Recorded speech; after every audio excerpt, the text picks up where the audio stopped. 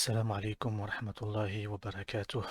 الحمد لله الذي أرسل رسوله بالهدى ودين الحق ليظهره على دين كله وكفى بالله شهيدا وأشهد أن لا إله إلا الله وحده لا شريك له إقرارا به وتوحيدا وأشهد أن محمدا عبده ورسوله صلى الله عليه وعلى آله وصحبه وسلم تسليما مزيدا. Euh, on s'est arrêté donc à la partie 2. Enfin, la suite de la partie 2, on a vu jusqu'à présent dans les savants qui ont accrédité, qui ont discrédité le hadith. Euh, on a vu également certains détails des chaînes de transmission. Maintenant, on va voir comment les savants anciens ou contemporains ont compris ce hadith. En tout cas pour ceux qui l'ont considéré Hassan ou Sahih.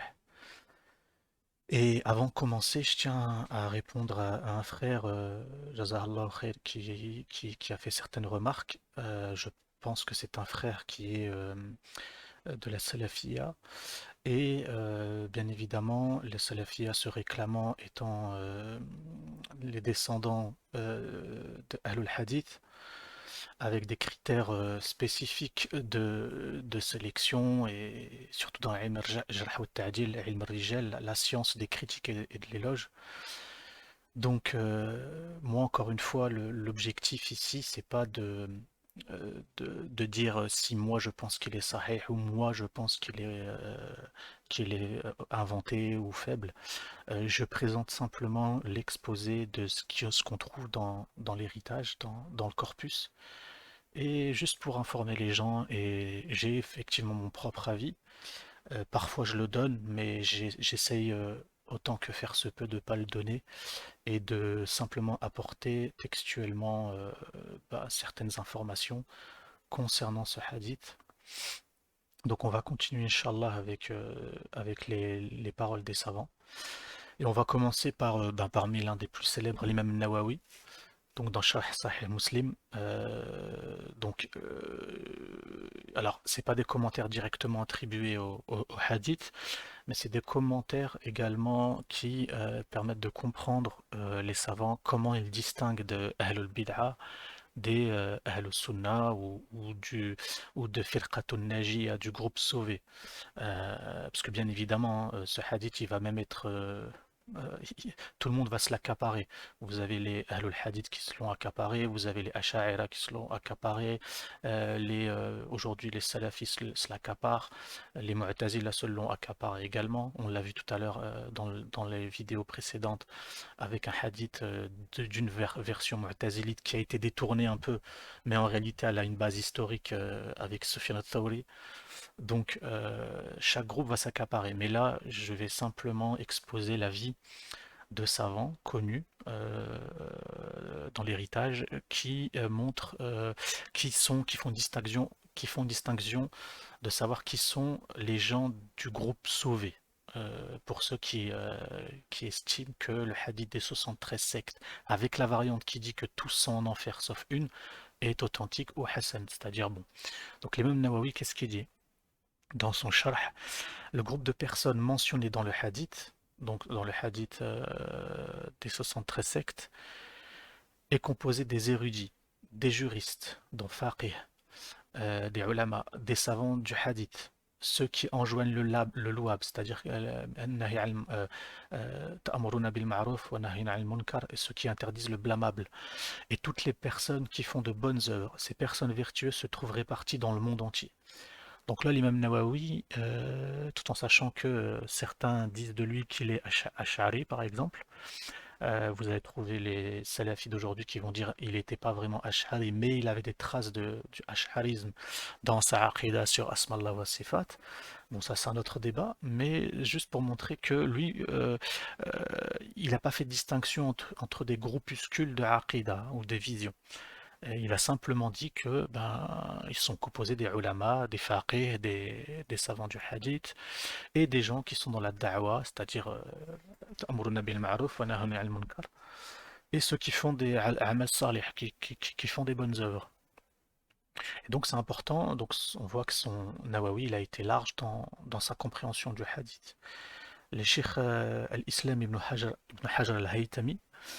Donc lui, il définit les musulmans bien quittés dans Firqa al-Najiyya et il définit c'est quoi Mubtadi' pour lui. Donc lui, il va encore plus loin, enfin, il va creuser l'écart, entre guillemets, il va aller encore plus dans le détail. Pour lui, un Mubtadi', donc dans Fath al-Jawad, il dit c'est une personne qui n'a pas la aqidah exprimée à l'unanimité par les gens de Ahl Sunnah. Et pour lui, c'est que les gens de Ahl Sunnah, eh bien, ça va être les deux grands imams, c'est-à-dire Abu al-Hassan al-Ash'ari et Abu Mansur al-Maturidi. Donc pour lui, les Ahl Sunnah, c'est les Ash'a'ira et les Maturidiyya. Et les savants qui ont suivi leur chemin, et donc leurs successeurs. Donc les successeurs, les élèves de l'imam al-Ash'ari ou al-Maturidi, pour lui, ce sont les gens qui sont Firqatun Najiyya, donc le groupe sauvé. Il s'agit là du consensus. Donc pour lui, c'est un ijma'. Donc il dit que c'est un consensus restreint concernant la voie sunnite. Euh, il dit aussi dans le Fatwa al-Hadithiyya, celui qui introduit quelque chose qui n'a pas approuvé par l'islam devient un homme de bid'a. Bon, ça, cette définition de la bid'a, la plupart des gens entre guillemets, des ulama sont plus ou moins d'accord. Mais là, ce sujet, je voulais vraiment exposer deux avis. Déjà, l'imam Nawawi, il a un sens plus large. L'imam al-Haytami, pour lui, c'est Asha'ira ou al-Maturidiyya, dans le groupe sauvé. L'imam Shatibi, il dit ces sectes, donc les 72, sont qualifiées comme telles à cause de leur écartement de la conduite du groupe sauvé. L'écart a une portée générale et se reflète dans une des bases de la charia. Donc en fait, pour lui, c'est un usul shara'i qui fait qu'on s'écarte du groupe sauvé. Quand on s'écarte d'un usul shara'i, d'un fondement dans la loi. Il ne réside pas dans une divergence touchant un détail. Donc bien évidemment, que ce soit les détails fiqhi entre les quatre écoles, voire plus, on ne peut pas faire rentrer ces détails-là d'irtilaf, de divergence secondaire dans les groupes sauvés ou les groupes maudits, entre guillemets, qui vont en enfer. Car les divergences de cette nature ne se développent pas au point d'aboutir à l'éclosion de groupes rivaux. Donc tant que la divergence n'a pas vocation à devenir euh, tellement profond que on se sépare en groupes rivaux, alors justement, c'est pas une divergence qui ramène à l'obscurantisme, on va dire. La division ne survient qu'à la suite de divergences portant sur les aspects globaux, qui renferment un nombre important de détails. Donc, s'il y a un nombre important de détails sur lesquels on est en irtilaf, effectivement, ça peut devenir une division qui peut amener justement à sectariser et avoir une portée plus large en définissant ce que c'est qu'une secte. Ce qui apparaît rare dans des aspects globaux et ne concerne pas un domaine ou un chapitre particulier. De toute façon, ça c'est extrait de l'I'tisam. Et tout à l'heure, plus tard dans l'exposé, on va faire une incise, un focus sur l'I'tisam. Qu'est-ce qu'il dit l'imam Shatibi parce qu'il est pris en considération, surtout concernant ce hadith. Donc on va voir plus tard, Inch'Allah. Ensuite, on a l'imam Ibn Taymiyyah, qu'est-ce qu'il dit? Donc, quiconque croit au message que Mohammed sallallahu alayhi wa sallam a apporté est meilleur que quiconque le renie. Déjà, lui, il dit que le fait de croire au message de Mohammed sallallahu alayhi wa sallam, c'est meilleur que celui qui renie. Donc, en gros, les kafirs. Même s'il existe chez celui qui croit au message de Mohammed sallallahu alayhi wa sallam une sorte de bid'a, une innovation blâmable. Donc, là, c'est juste pour exposer sa vision que malgré un musulman mubtadi' sera toujours mieux qu'un mécréant, bien évidemment. Ça, la plupart des usuli, des meshayikh, des ulama sont d'accord. Et toujours dans le même recueil, il dit beaucoup d'innovateurs parmi les chiites, les jahmiya et autres sont allés en terre de mécréance et par leur intermédiaire, beaucoup de gens ont embrassé l'islam qui sont certes devenus des musulmans innovateurs tant que ça ne les sort pas de l'islam. Donc ça c'est la traduction, le traducteur qui a rajouté ça. Mais en gros il dit qu'ils sont certes devenus des musulmans innovateurs, mais mieux vaut ceci plutôt que d'être mécréants. Et c'est ce que personnellement moi j'aime bien chez l'imam Ibn Taymiyyah, parce qu'on veut lui faire dire des choses ou faire penser ou attribuer des choses ou des intentions qui ne sont pas forcément les siens.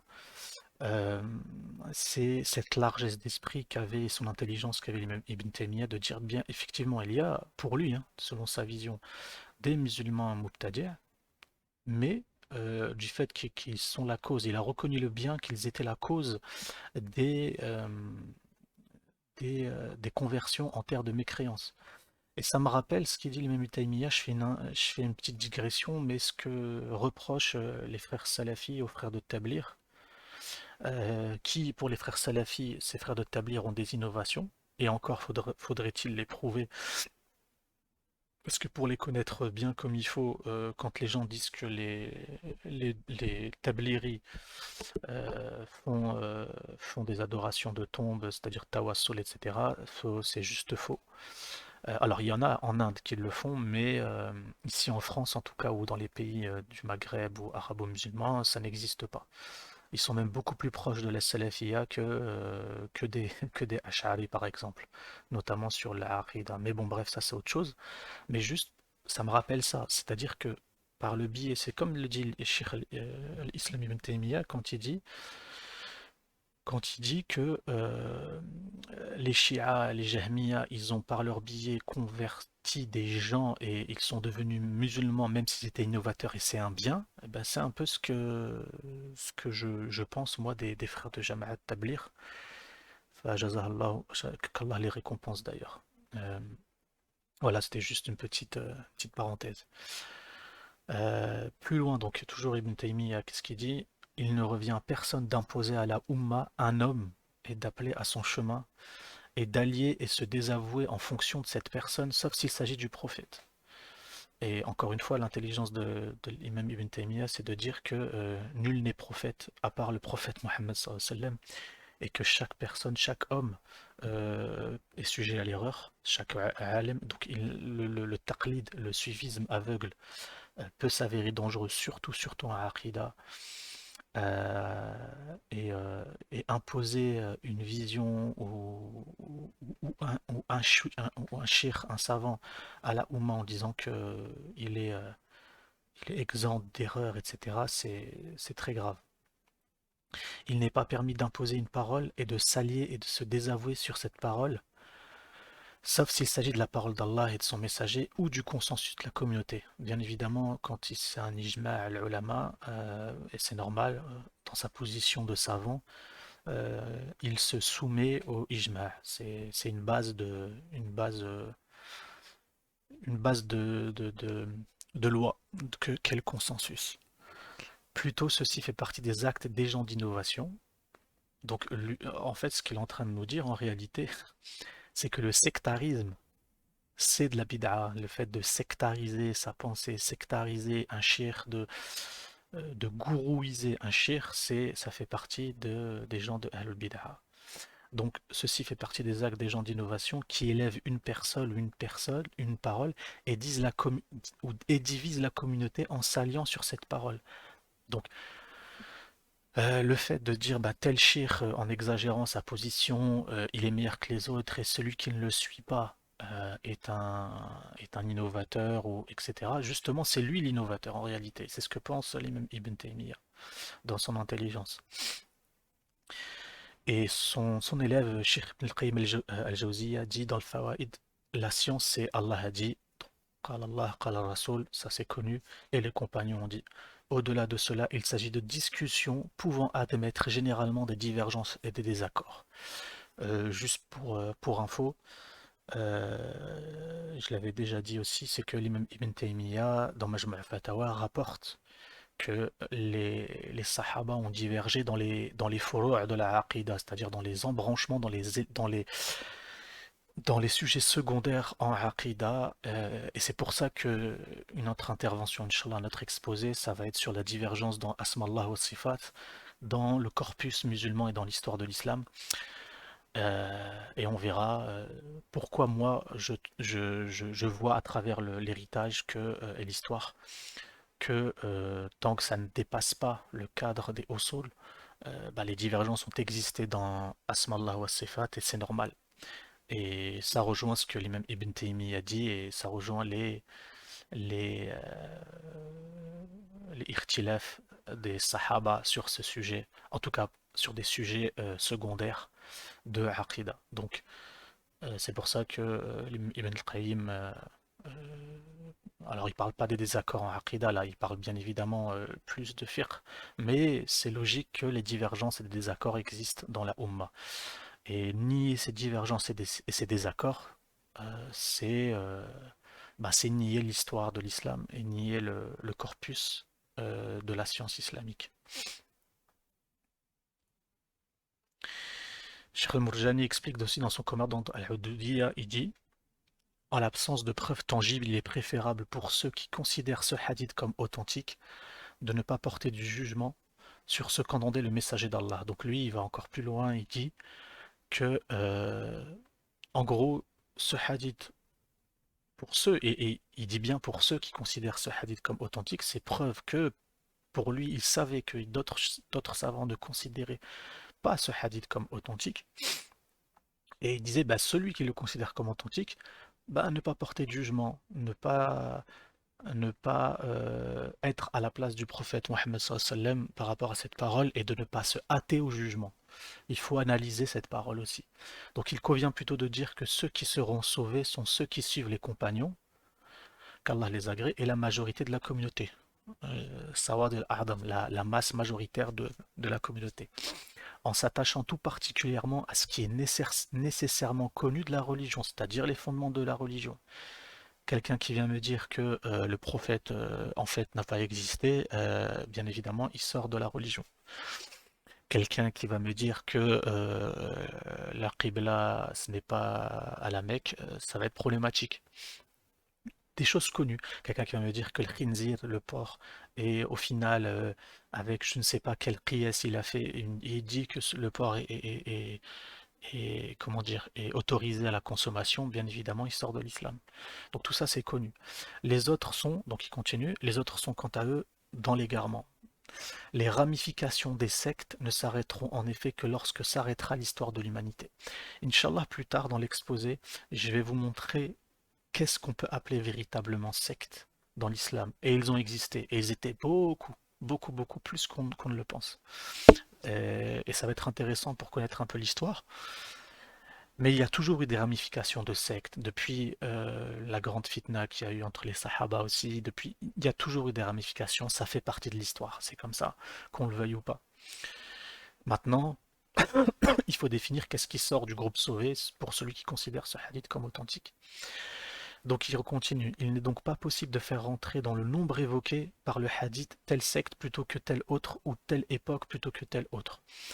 Donc pour lui, il prend un argument qui est connu chez certains savants qui disent que le nombre 73, si on le prend au sens littéral du terme, en fait, il y en a beaucoup plus que 73. Et ils disent que le prophète n'a pas pu se tromper, etc. Donc, mais bien évidemment, le nombre 73 euh, peut être aussi symbolique, Magès. Donc, c'est pour ça que cet argument, bah, je le dis parce qu'il faut le dire, il a existé, mais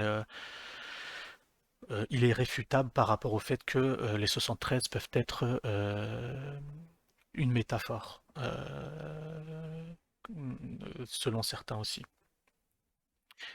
Car le renouvellement des passions, donc il continue, il dit pourquoi justement les ramifications des sectes ne s'arrêteront jamais, et il continue, car le renouvellement des passions et la régénération de nouvelles opinions sont des phénomènes récurrents qui persisteront aussi longtemps que la vie humaine se poursuivra dans ce monde. Bah, il y a des nouveaux besoins, il y a des nouvelles fitnas, il y a des nouvelles choses, donc les passions vont augmenter, etc. Et c'est pour ça que les ramifications des sectes vont continuer, selon lui.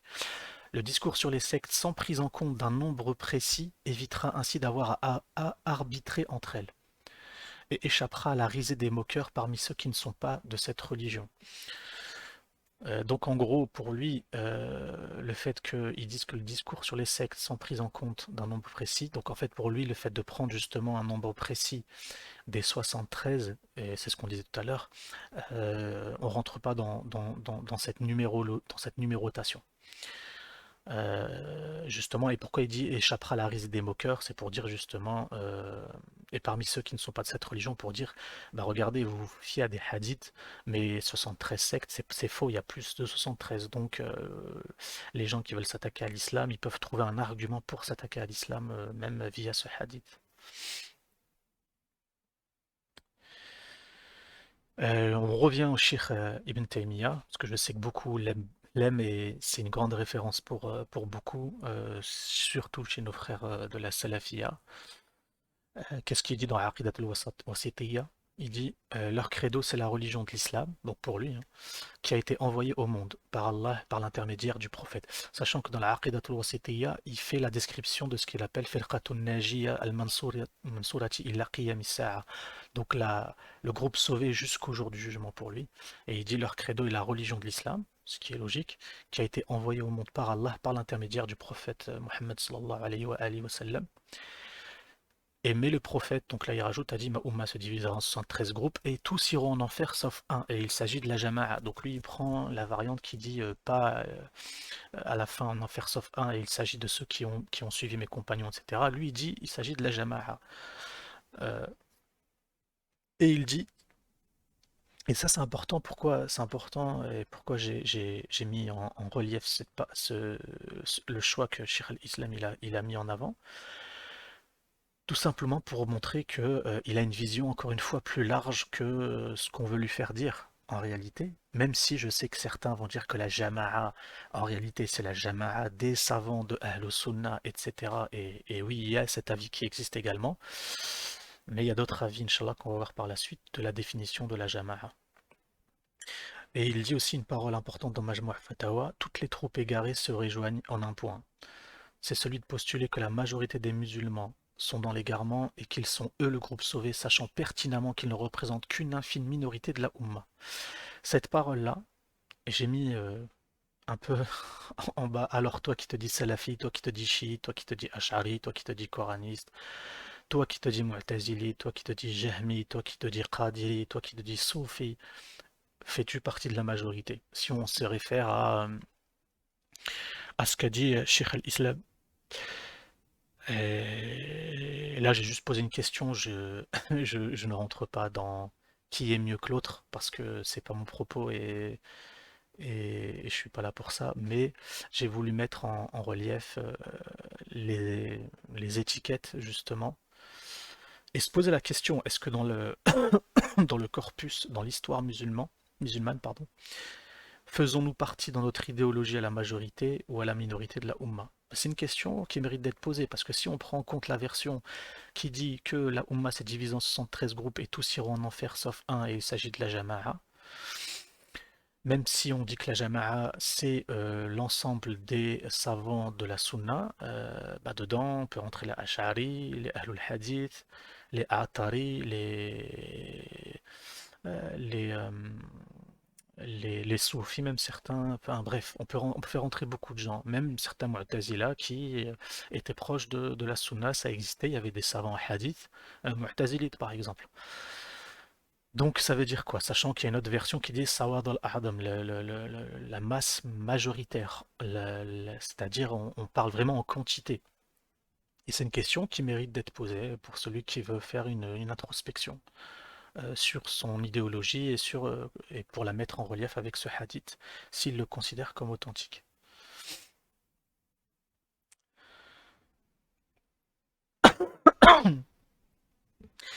Là, j'ai mis une variante euh, une autre variante de hadith que certains considèrent comme faible par rapport à la variante qu'on connaît. C'est-à-dire ma communauté se séparera en 70 et quelques groupes. Ils iront tous au paradis excepté le groupe des hérétiques. Et c'est ce qu'on a vu au début. Mais ce hadith-là euh, l'a pris en considération Sheikh al-Alawi al-Maliki en réponse à Sheikh al-Albani. Donc Sheikh al-Alawi al-Maliki, peut-être peu de monde le connaissent parce que ben il n'est pas passé dans les grands médias et il n'a pas dépassé le cadre arabophone, sauf pour certains Ash'ari et justement pour les Malikites. En francophone, je parle. Mais il a fait une réponse où, quand Sheikh al-Albani il a critiqué de mémoire le soufia, les soufis, et ce qu'il dit Sheikh al-Maliki, il prend en considération, parce que Sheikh al-Albani a pris ce hadith en exemple, et il dit justement que les deux paroles sont aisément conciliables. Il suffit pour cela de considérer que le terme communauté, donc Ummah, désigne l'ensemble de ceux auxquels le message est pris. Ça a coupé, désolé. Donc je répète.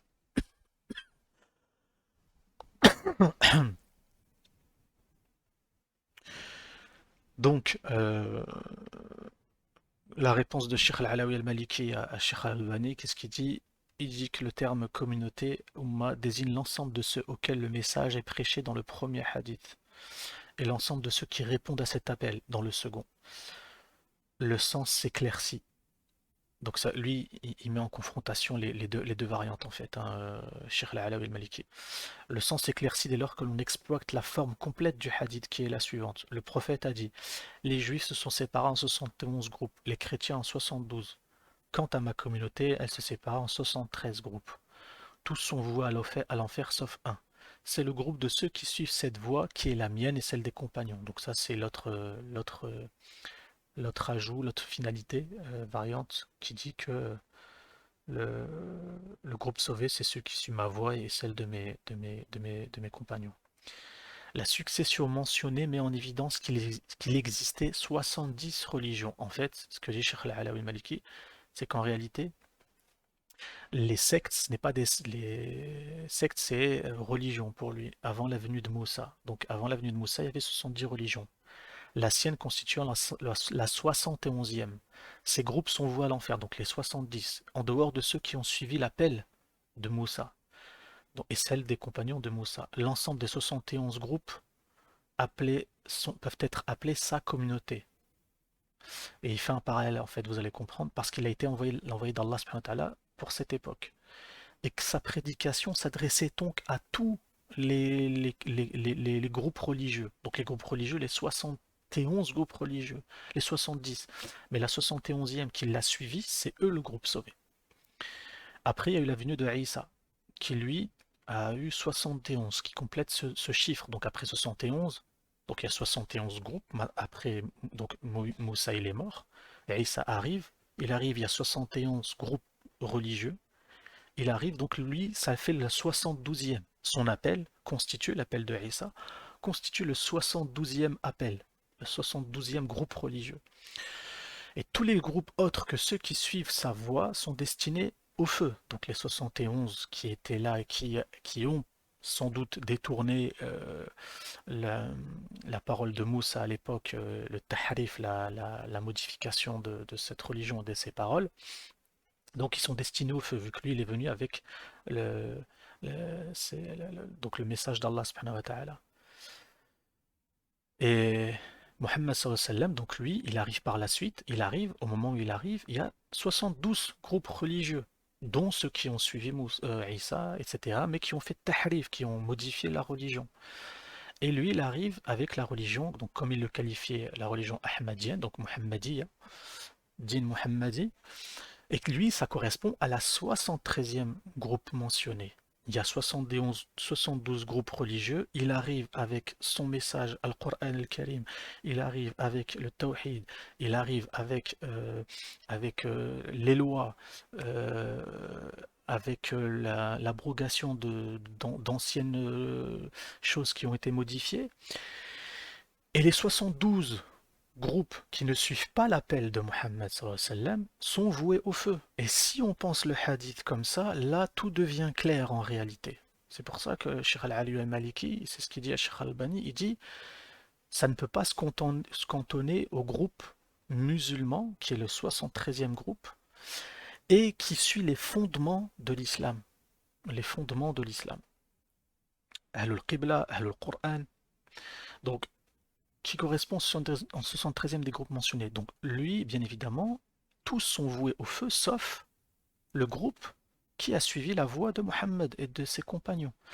Donc vous voyez ce que je veux dire, c'est-à-dire qu'il y a eu 70 religions avant la venue de Moussa. Ensuite, la 71e, l'appel de Moussa. Les 70 qui ne veulent pas suivre la 71e sont voués au feu. Donc il y en a 71 maintenant, avec celle de Moussa. Il y a eu Tahrif, la modification, et Isa arrive. Ça, il constitue la 72e groupe religieux. Il y a eu Tahrif entre-temps. Isa, il arrive, il appelle au Tawhid. Les gens ne le suivent pas. pour ceux qui ne le suivent pas, les 71 pardon, qui ne le suivent pas, sont voués au feu, sauf ceux qui rentrent dans l'appel de Isa. Pareil, le prophète Mohammed sallallahu alayhi wa sallam, il arrive. Il y avait 72, donc, dont celle de Isa, qui existait à ce moment-là. Il y a eu tahrif entre-temps, modification des préceptes religieux. Mohammed sallallahu alayhi wa sallam, il vient faire le renouvellement, la continuité également de l'appel de Isa, toujours sur le tawhid, sur l'unicité notamment.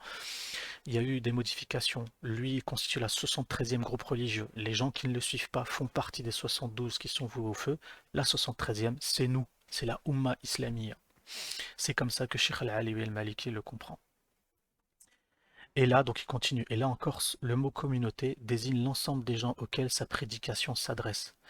C'est la communauté de destination, c'est-à-dire la communauté humaine en réalité. Quand il dit Ummah, c'est sa communauté dans le sens humain. C'est ce que pense en tout cas Sheikh Al-Alawi al-Maliki. C'est la population cible de cette da'wa. Et la population cible de cette da'wa, ça constitue l'humanité d'aujourd'hui, qui font partie des 72, sauf celui qui accepte l'appel de Mohammed sallallahu alayhi wa sallam, qui rentre dans la 73e groupe religieux. Et donc il continue, il disait en effet, je suis l'envoyé de Dieu pour tout homme, vivant à mon époque ou né après moi. Donc effectivement, le prophète Mohammed sallallahu alayhi wa sallam disait, je suis celui qui a été envoyé pour cette époque et pour l'époque d'après, pour ce même après ma mort. Après lui, la religion Muhammadiyya, donc la religion ahmadienne, s'est divisée. Selon le deuxième hadith, en 70. Donc là, en fait, si vous regardez bien, en fait, il fait il prend les deux versions du hadith qui dit tous iront en enfer sauf une, avec celle qui dit que ben l'unique qui reste au paradis, qui est vous au paradis, elle s'est elle-même divisée en 70 et quelques groupes. Tous vont aller au paradis parce que c'est la majeure partie de la Ummah, sauf un qui est les Indirs, les hérétiques, les Anadiqa. Donc il continue. Sa réflexion, elle est intelligente aussi parce que elle permet de corroborer deux hadiths qui paraissent contradictoires, mais en réalité qui se complémentent. Et c'est ça qui est intéressant dans son analyse. Je ne dis pas qu'il a raison, je dis juste que c'est intéressant. Euh, et peut-être qu'il a tort. Mais en tout cas, c'est important de comprendre que cet avis, il existe et il a existé aussi sur l'analyse de ce hadith et de comment compléter le hadith des 73 sectes où tous vont aller au feu sauf un, et l'inverse qui dit que 70 iront au paradis, tous au paradis, sauf une qui ira au feu. Donc 69 au paradis et 70e au feu. Parce que les 70, pour Sheikh Al-Alawi al-Maliki, dit, il représente les différentes écoles et les approches divergentes. Donc pour lui, rentrent dedans bien évidemment les quatre grandes écoles, voire plus à l'époque, qui ont disparu. Bien évidemment, rentrent dedans les Ash'ari, les Maturidi, les Ahlul Hadith, etc. Il ne fait pas de distinction.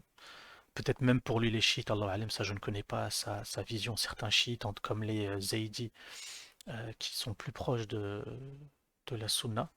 Peut-être même les Ibadiyya qui sont aussi sur certaines approches proches de la sunna, etc. sur certains aspects. Donc ça dépend. Mais en tout cas pour lui, les 70 sont en réalité la 73e groupe, le 73e groupe du premier hadith qui dit que c'est ce groupe-là qui est élu pour entrer au paradis.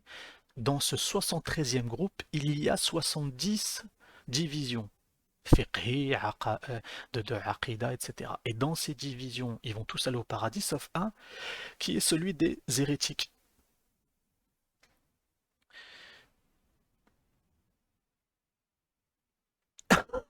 On continue avec l'imam Abu Mansour al-Qahir al-Baghdadi. Donc il définit ainsi l'Ahl-Sunnah dans son Farq Bayn al-Firaq. Donc pour lui, bien évidemment, Ahl-Sunnah, c'est le groupe sauvé. Il dit ceux qui ont complètement maîtrisé et codifié les principes de la doctrine orthodoxe, les savants mujtahid des quatre écoles, bien évidemment l'imam Malik, l'imam Shafi'i, l'imam Abu Hanifa, l'imam Ahmed, et leurs disciples, donc les élèves, leurs élèves, les savants du hadith, donc les ahlul hadith, qui se sont tenus à l'écart de la déviation, les savants de la grammaire de Nahu, de la grammaire arabe, qui se sont tenus à l'écart de la déviation, les savants du tafsir qui se sont tenus à l'écart de la déviation. Et là, ce qui est important, c'est qu'il parle des soufiyas, Ça, peut-être que certains frères effectivement, vont dire que c'est les soufis anciens qui n'ont rien à voir avec les soufis contemporains. Mais moi, je ne rentre pas dans ce débat-là. Chacun fera son propre analyse. Il parle des gens qui font le djihad aussi. Bien évidemment, le djihad shara'i. Et les masses du commun des musulmans qui croient avec sincérité. L'imam al-Qurtubi, il dit la divergence qu'il y a entre les différentes voies de la Ummah islamiyya qui est mentionnée dans le hadith de 73 sectes concerne les bases, les usul de la religion et les principes sur lesquels elle repose. Donc encore une fois, on revient au fondement. Mais la question à se poser ici, c'est euh, quelle est la définition d'une base et d'un usul? Et c'est ça aussi, la question mérite d'être creusée parce que certains vont considérer des choses comme bid'a par exemple, d'autres non. Et on connaît les divergences, mais si cette bid'a fait partie d'un fondement d'un haut sol, effectivement c'est grave. Donc avoir la définition de ce qu'a voulu dire l'imam al-Qurtubi, ce serait intéressant de creuser le sujet. Ensuite l'imam San'ani, il dit les groupes qui ont été jugés comme égarés dans ce hadith n'ont qu'un nombre faible de suiveurs. Donc là, il rejoint ce que l'imam Ibn Taymiyyah disait tout à l'heure, que toutes les troupes euh, qui rentrent dans donc qui sont minoritaires, généralement ce sont eux qui vont accuser les autres de bid'a, de mubtadi', alors que eux-mêmes ils sont infimes dans la communauté musulmane. Et c'est ce que dit l'imam San'adi, c'est que en réalité, les mubtadi' réels, les gens qui rentrent dans les 72 sectes qui sont voués en enfer, sont très très très minoritaires. Ils ont un nombre faible de suiveurs et on verra par la suite, notamment dans les 3 premiers siècles de l'islam, qu'il y a eu beaucoup beaucoup de groupes qui ont disparu aujourd'hui, mais qui étaient infimes et qui rentreraient bien dans le cadre du hadith des 73 sectes et qui avaient des déviances très très graves dans les fondements de l'islam et on le verra Inch'Allah par la suite. Le nombre total des suiveurs de ces groupes est plus faible que le nombre des suiveurs du groupe qui est sauvé. Il dit que si par exemple on prend je vais dire, si on prend par exemple certains chiites extrémistes qui disent que Ali est Allah, astaghfirullah, que si on prend des groupes comme les Karramiya qui disent que Allah subhanahu wa ta'ala est un corps, astaghfirullah, qu'il a des mains, qu'il s'assoit réellement, quand je dis s'asseoir c'est istiqrar, avec cette exagération, etc. En fait il dit si on réunit tous les gens, les suiveurs de ces groupes des 72 sectes, eh ben, si on les met en totalité ensemble, eh ben, ils n'atteignent pas le nombre du groupe sauvé. Ça veut bien dire que le groupe sauvé, il est majoritaire, en tout cas pour l'imam San'ani. Et ainsi, ce hadith ne montre pas que la plupart de la communauté musulmane est dans la perdition. Donc, c'est pour ça que ceux qui, euh, ceux qui pensent être dans le groupe sauvé alors qu'ils sont minoritaires, s'ils prennent en compte ce hadith, eh bien, selon l'imam San'ani, se trompent.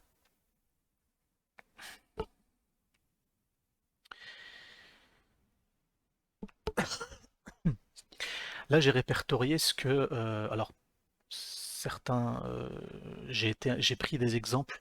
Il y en a tellement de paroles de savants sur ce hadith que je peux pas tous les mettre, sinon ça dure jusqu'à 15 heures d'exposé. Mais j'en ai pris quelques-uns qui sont intéressants et qui permettent de les faire connaître aussi, comme dans le Kitab al-Mawaqif. Donc le Qadi al-Qudat, c'est vraiment le juge des juges.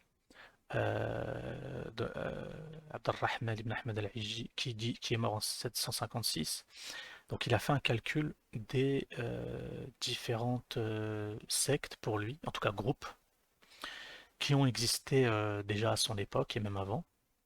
Donc il en a répertorié 38 chez les Mu'tazila, Shia 39. Il fait encore des sous-groupes chez les Shia, les Rullat, les Sayyidiyya, les Imamiyya. Il prend en compte les Khawarij, donc ils font partie de ces groupes-là.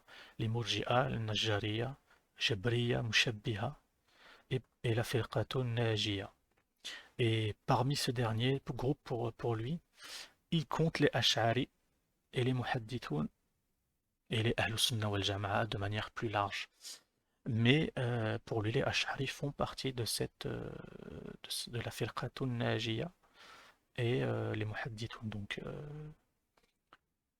Pour lui, euh, alors que certains considèrent par exemple les Ash'ari comme des Mubtadi', et certains Ash'ari vont qualifier par exemple la Salafiyya de Mubtadi' également. Et c'est là où ce hadith peut être dangereux, c'est qu'on se jette les pierres les uns les autres, au lieu d'analyser ce que les savants anciens ont dit, et qui parfois ont été beaucoup plus larges que nous dans la définition, dans la compréhension de ce hadith. Là, j'ai pris un autre exemple d'un savant qui était Ibadi. Donc les Ibadiyya sont proches des Khawarij dans certains fondements, enfin dans certaines bases, on va dire. Il a écrit un Mabhat al-Firaq, donc il a fait un traité sur les différentes firaq, les différentes parties de l'islam, islamique des différents groupes. Et donc c'est Youssouf Atfayash, c'était un savant algérien, je crois, qui est mort au 19e siècle. Et on a trouvé son manuscrit il n'y a pas si longtemps que ça. Et qu'est-ce qu'il dit dans le Mabhat al-Firaq? Donc les Khawarij, ils comptent 19 ou 22 groupes. Il faut y ajouter ou retrancher des firaq, donc à peu près 19 ou 22 groupes. Aussi, est-il nécessaire de considérer au sein des Mushabbiha deux groupes, les Hashwiya et les Karramiya. Les Murji'a comptant déjà 5 groupes. Il faut y adjoindre un sixième qui est celui des Asha'ira. Donc pour lui, les Ash'ariya font partie même pour lui des Murji'a. Mais venant d'un Khawarij, on peut se dire c'est logique. Mais ça c'est autre chose. Quant au Muhakkima, nous devons compter 18 firaq. Partant du chiffre 19 et en retirant les Ibadiyya affranchis de cela. Bien évidemment, pour lui, les Ibadiyya, ça va être le groupe sauvé. Ainsi, nous arrivons à un total de 72. Donc lui, il a carrément fait un décompte, disons, une division qui va permettre d'arriver au nombre de 72 pour coller au hadith. Donc, nous arrivons à un total de 72 avec la certitude que le huitième grand groupe, donc en fait, il les a divisés en 8 grands groupes, c'est la firqa Najiyya qui est l'Ibadiyya. Pour lui, c'est la firqa Najiyya. C'est pour ça que je présente ce scope. Alors, ça ne veut pas dire tout ce que je viens de présenter, je ne dis pas que je suis d'accord ou pas d'accord, c'est pas, mon avis n'est pas important. Là, ce que je présente, c'est simplement pour montrer pléthore d'avis et la vision qu'on peut coller selon nos idéologies au hadith. Et c'est peut-être là où on peut avoir un problème. J'ai aussi volontairement pris des savants qui paraissent, selon certains, stricts, alors qu'ils sont beaucoup plus intelligents, beaucoup plus larges, notamment comme lui-même Ibn Taymiyyah. L'ensemble des musulmans, donc il continue, l'ensemble des musulmans, si ceux-ci se mettent d'accord sur un point donné et devant être obligatoirement suivi par tous les autres groupes, un autre avis choisi par Tabari, l'ensemble des musulmans qui obéiraient à un même émir. Donc voilà, donc c'est Mabhed al-Firaq, c'est un travail qui a été fait par, voilà, bah, subhanallah, la date elle est là. Donc il est mort en 1914, le Sheikh Fayash, et c'est un travail qui a été produit, qui a été mis en avant par Farid Bouchiba. Et c'est un manuscrit qui traite de ce qu'on appelle l'hérésiographies, c'est-à-dire la science des groupes qui sortent de l'orthodoxie, qui sortent de l'orthodoxie musulmane. Et regardez ici, il parle de l'avis qui a choisi par Tabari, l'ensemble des musulmans qui obéiraient à un même émir. Pour lui, le groupe sauvé, c'est tout ce qui doit être obligatoirement suivi euh, pour tous les autres musulmans, et c'est l'ensemble des musulmans à condition que l'ensemble de ces musulmans obéissent à un émir. Ça rejoint un peu la mise en place d'un émir, d'un gouverneur, et le fait d'obéir à un gouverneur, on va dire, droit, sincère, et qui est dans la justice, et qui promulgue les lois en fonction du Coran et de la tradition prophétique.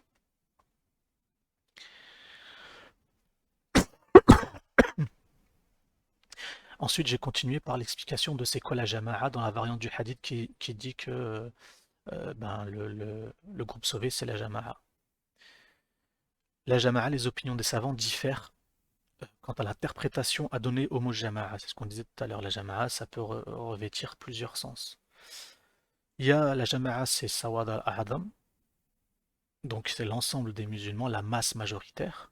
Certains vont dire que c'est l'ensemble des mujtahidoun, al-a'imma, al-ulama ou al-mujtahidin, devant être suivis par la masse, al-hamma. C'est pour certains l'ensemble des compagnons, c'est la jama'a de manière spécifique, tout en gardant la possibilité d'y inclure d'autres musulmans. Donc là, c'était un travail, c'était la recension de ce qu'on a fait. Donc là, c'est au niveau académique, c'est Chacht, donc c'était un travail académique dans un article qui s'appelle Introduction au droit musulman et qui ont répertorié la définition de ce que c'est la jama'a dans la variante du hadith qui dit que la firqa najiya c'est la jama'a. Donc là, je vais mettre en avant ce que dit Cheikh Saïd Ramadan al-Bouti, rahimahullah, donc ce savant syrien qui est mort dans un attentat en Syrie. Euh, et là, justement, il va définir pour lui ce que c'est que la Ummah. Donc, qu'est-ce qu'il disait? Certains savants, ma communauté ici, c'est la communauté d'appel. Et c'est ce que disait tout à l'heure Cheikh Al-Alawi al-Maliki en réponse à Cheikh Al-Bani, que, en fait, la Ummah, c'est c'est tous les êtres humains. Quand il dit que le prophète sallam il dit ma communauté s'est divisée en 73 groupes, en fait le prophète sallam dit la communauté humaine à laquelle je fais da'wa, à laquelle j'appelle Allah, elle se divise en 73 groupes, auxquels le message prophétique est destiné et qui viendront après lui, et pas la communauté de réponse. C'est pas la communauté qui a ce que dit Cheikh Saïd Ramadan al-Bouti et d'autres savants, ils disent que c'est pas la communauté qui a accepté le message du prophète Mohammed sallallahu alayhi wa sallam. Les 73, ce sont les humains qui sont en train de se faire appeler ou qui sont en train de, comme aujourd'hui, quelqu'un qui fait da'wa à quelqu'un qui n'est pas dans l'islam, eh bien, il fait partie de la communauté du prophète Mohammed sallallahu alayhi wa sallam. On l'appelle à l'islam, on l'appelle à rentrer dans le 73e groupe, justement. Et c'est ce que dit Cheikh Saïd Ramadan al-Bouti. Euh, le prophète a dit ma communauté se divisera en 73 groupes et il voulait par cela la première définition, à savoir la communauté de la da'wa. Et nous avons donc là il dit Wama arsalnaka illa rahmatan lil alamin. Donc là pour dire que il utilise le verset du Coran pour dire que le prophète il a été envoyé par les mondes, par la communauté. Donc c'est sa communauté. Donc cette communauté mondiale qui est concernée par le message de l'islam se divisera en 73 groupes et un seul sera sauvé, la communauté de l'islam dans toutes ses tendances.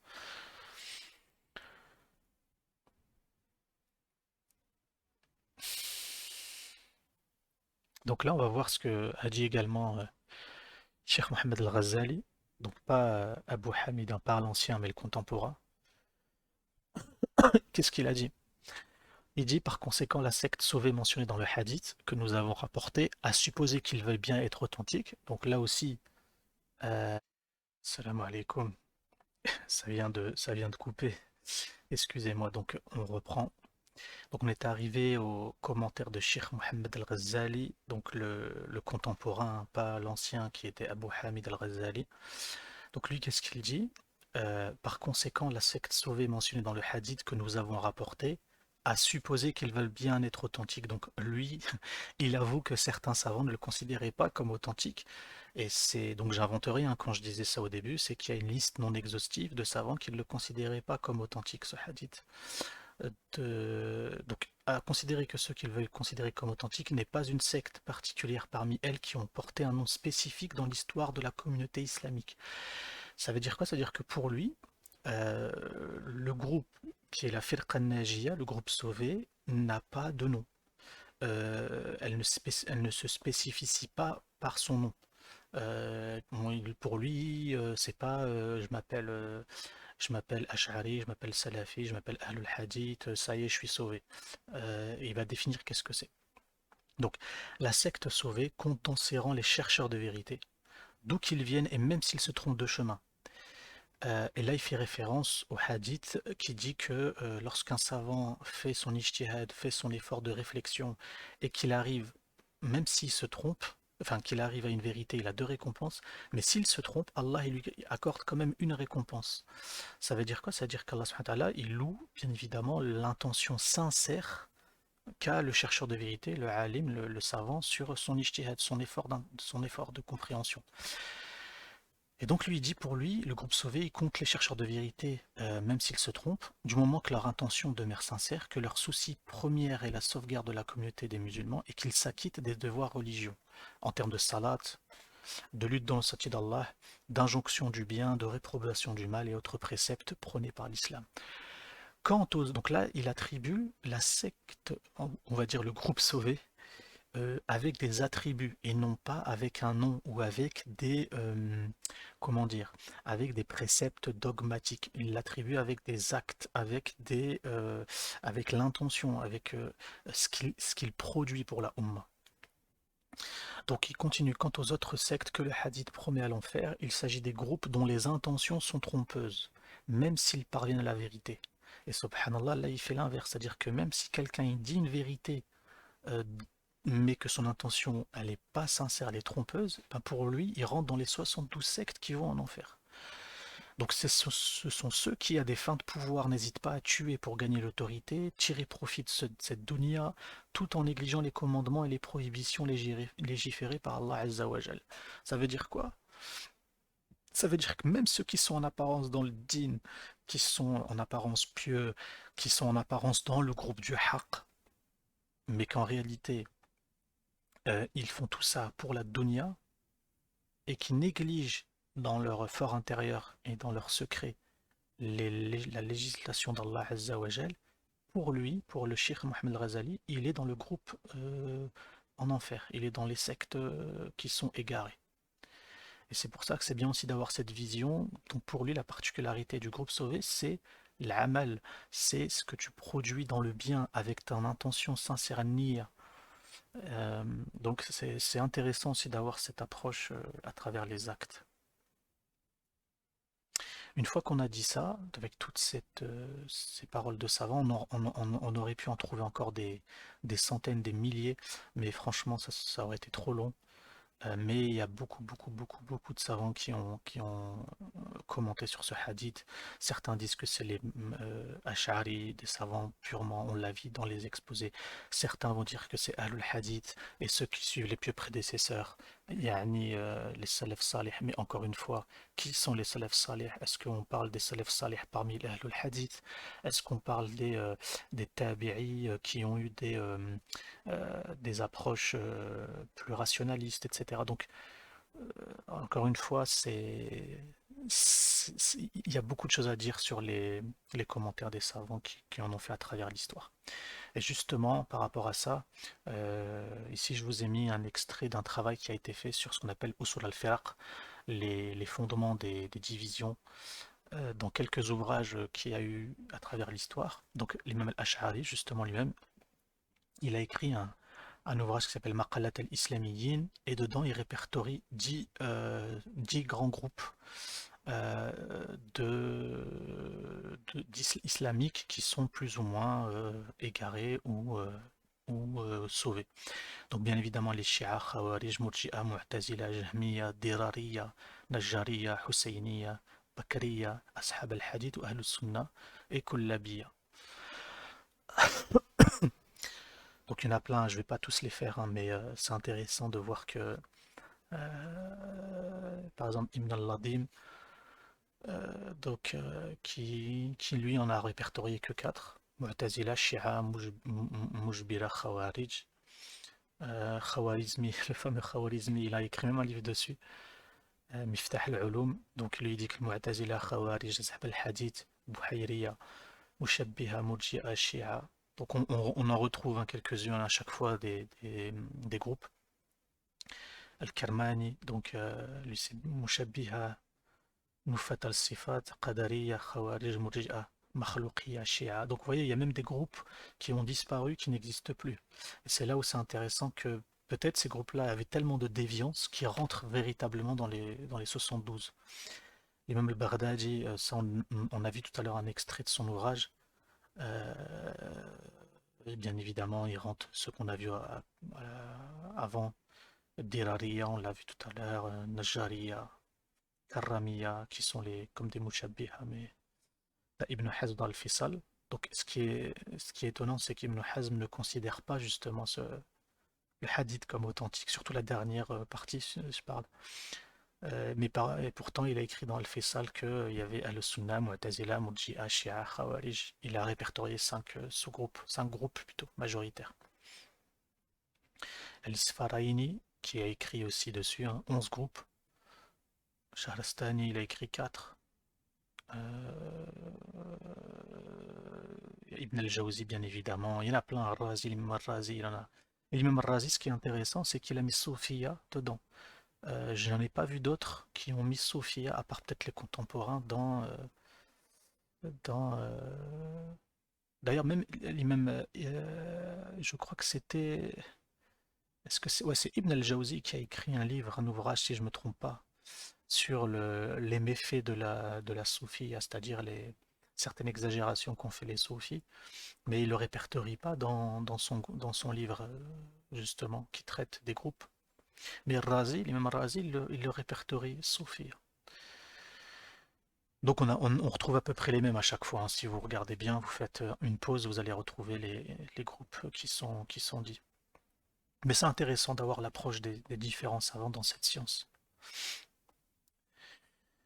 Inch'Allah, j'en ai terminé. La prochaine étape, ça va être justement l'analyse de l'Ihtisam de l'imam Shatibi. Et qu'est-ce qu'il en dit? Qu'est-ce qu'il pense de ce hadith? Qui lui considère ce hadith comme authentique? Inch'Allah, ça va être notre prochaine étape. Fajazakumullahu khair. Je demande à Allah subhanahu wa ta'ala de me pardonner si j'ai commis des erreurs. Et Inch'Allah, je vous dis à la prochaine. Assalamu alaikum wa rahmatullahi wa barakatuh.